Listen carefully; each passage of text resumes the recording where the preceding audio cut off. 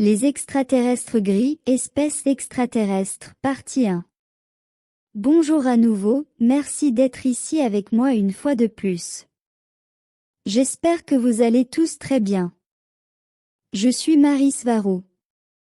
Les extraterrestres gris sont la race extraterrestre la plus couramment trouvée dans la culture populaire sur Terre.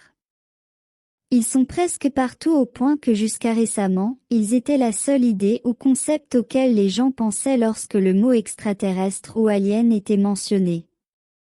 Ils sont partout dans la culture populaire, autocollants, t-shirts, tasses, films, panneaux de signalisation, affiches sur les murs, poupées d'action, et ainsi de suite, et cela continue également dans l'espace, du moins dans ce cadran galactique, car ils sont également partout.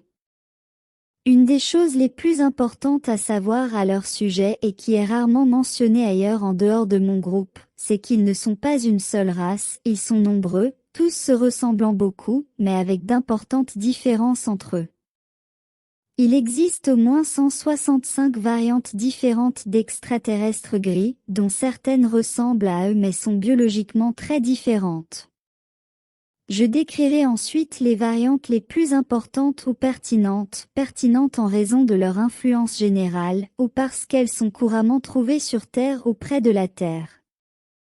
Bien qu'ils soient presque partout dans ce cadran galactique, qui est cette galaxie divisée en 4 parties géométriques de taille égale, les 2 groupes ou sous-divisions les plus connues d'entre eux viennent de la région générale de la constellation d'Orion, qui sont généralement connus pour être régressifs, et travaillant avec ou pour des races régressives, et les extraterrestres gris de Zeta Reticuli, qui sont généralement connus pour être bienveillants ou positifs.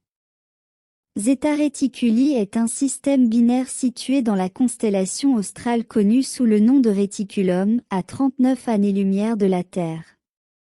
Bien que quelques espèces d'extraterrestres gris aient soit un ADN reptilien, soit un type hybride de génétique reptilienne, la plupart d'entre eux ont une structure ADN botanique, ce qui signifie qu'ils sont des plantes ou des espèces évoluées de plantes. Cela a été découvert à la dure, dans les années 1950, lorsque les Américains détenaient en captivité un exemple d'extraterrestre gris, celui connu sous le nom de EBE1. EBE signifiant entité biologique extraterrestre.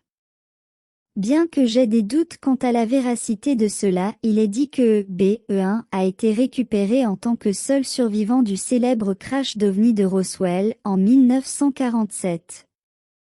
Et lorsque les Américains l'ont retenu en captivité, sa santé a commencé à se détériorer rapidement, ils ont donc eu besoin de l'aide de médecins, et après quelques tests, ils ont rapidement réalisé qu'il avait besoin de botanistes.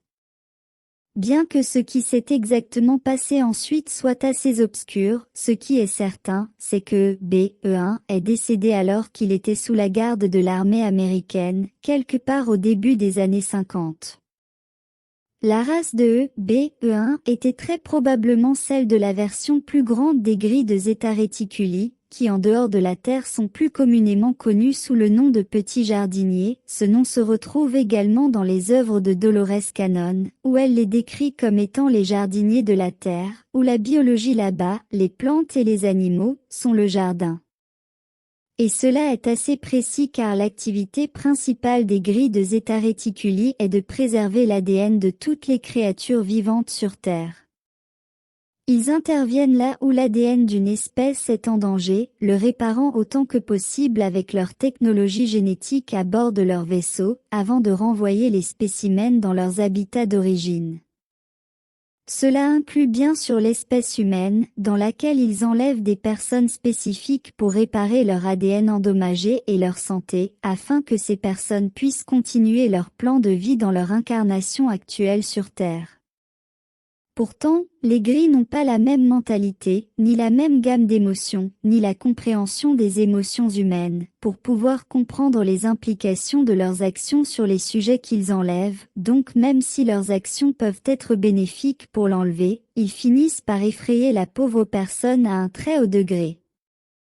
Ce groupe de petites espèces grises est également responsable de la dissémination de la vie sur plusieurs planètes, en transportant avec eux des espèces de plantes et d'animaux, qui sont connus pour pouvoir vivre et prospérer sur ces planètes, et qui peuvent être bénéfiques pour leurs écosystèmes globaux. C'est l'une des raisons pour lesquelles de nombreuses espèces spécifiques sont présentes sur plusieurs planètes, même si elles sont éloignées de plusieurs années-lumière les unes des autres.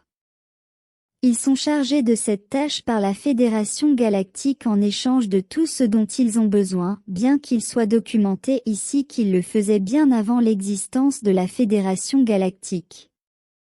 Donc la Fédération les utilise uniquement pour servir ses propres intérêts et la raison originelle pour laquelle ils jardinent l'ADN de d'innombrables planètes reste obscure en raison des raisons et des excuses de la Fédération galactique elle-même. Je ne trouve aucune référence à la raison pour laquelle ils jardinaient initialement l'ADN de d'innombrables planètes, ou je ne peux pas trouver à ce stade lorsque j'écris ces mots, seulement que la Fédération leur a confié cette tâche.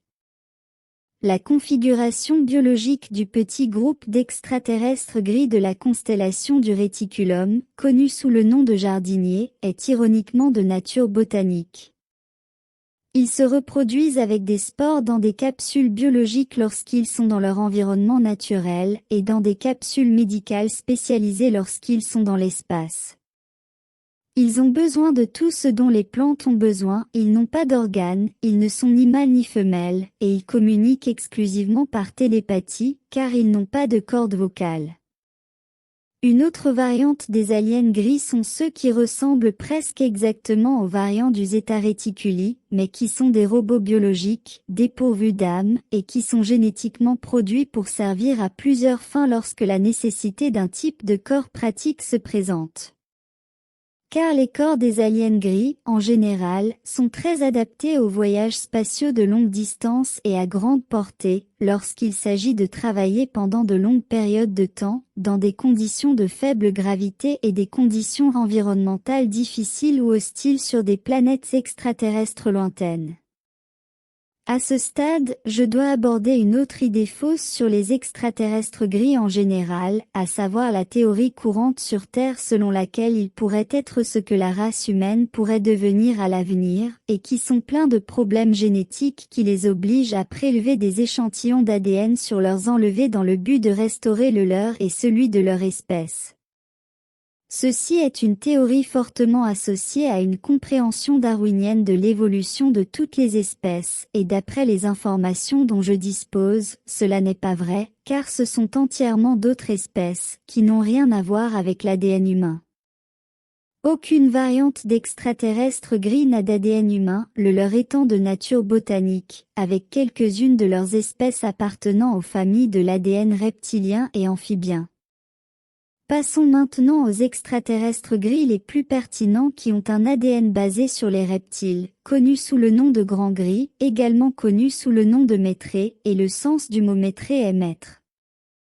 Ainsi, ils se considèrent comme la race d'extraterrestres gris, maîtres, bien qu'ils prétendent également être les maîtres de la Terre.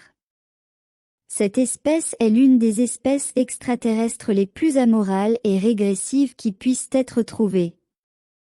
Ils n'ont aucune empathie, aucune émotion et ne pensent qu'à leurs propres intérêts, avec l'une des attitudes narcissiques les plus pures qui puissent être trouvées.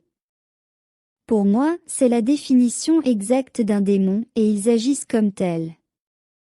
Cette espèce a été développée sur une planète lointaine non spécifiée par des généticiens draco-reptiliens régressifs qui cherchaient à créer une race d'esclaves pour faire leur sale travail, et il est dit que les maîtrés se sont rebellés contre les dracos, en tuant un grand nombre d'entre eux et en s'échappant pour former leur propre espèce indépendante.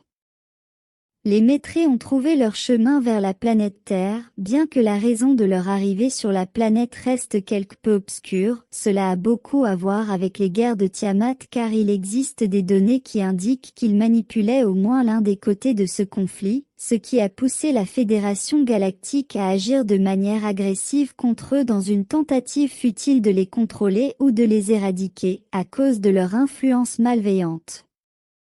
Selon les informations que les Humites auraient données sur Terre, les Métrés contrôlent par la puissance du commerce la moitié du monde, le bloc oriental des nations, y compris la Russie, et le bloc occidental des nations est contrôlé par des variantes reptiliennes, principalement celles connues sous le nom de Kingu, qui répondent à leur seigneur Draco. Et les Humites prétendent que c'est la raison derrière le conflit continu et le combat entre les nations de l'Est et les nations de l'Ouest sur Terre. Je trouve cette information très douteuse, car la structure sociale et de pouvoir sur Terre, ainsi que les raisons pour lesquelles il y a un conflit constant entre ces nations, sont très différentes car elles sont toutes deux contrôlées artificiellement par le même groupe de personnes, humaines et non humaines incluses, comme cela a été décrit en détail dans d'autres de mes travaux, et par mes prédécesseurs également. Je dois préciser que lorsque je mentionne les dracos en tant qu'espèce, je ne fais pas référence aux alpha-dracos, qui sont une espèce complètement différente, des dragons de l'espace. À l'heure actuelle, les Métrés en tant qu'espèce sont seulement connus pour exister sur Terre et sur la planète Mars, il n'y a aucune donnée à leur sujet ailleurs, et ils sont censés transiter d'une planète à l'autre à travers des portails et des salles de saut, et ils vivent principalement sous terre.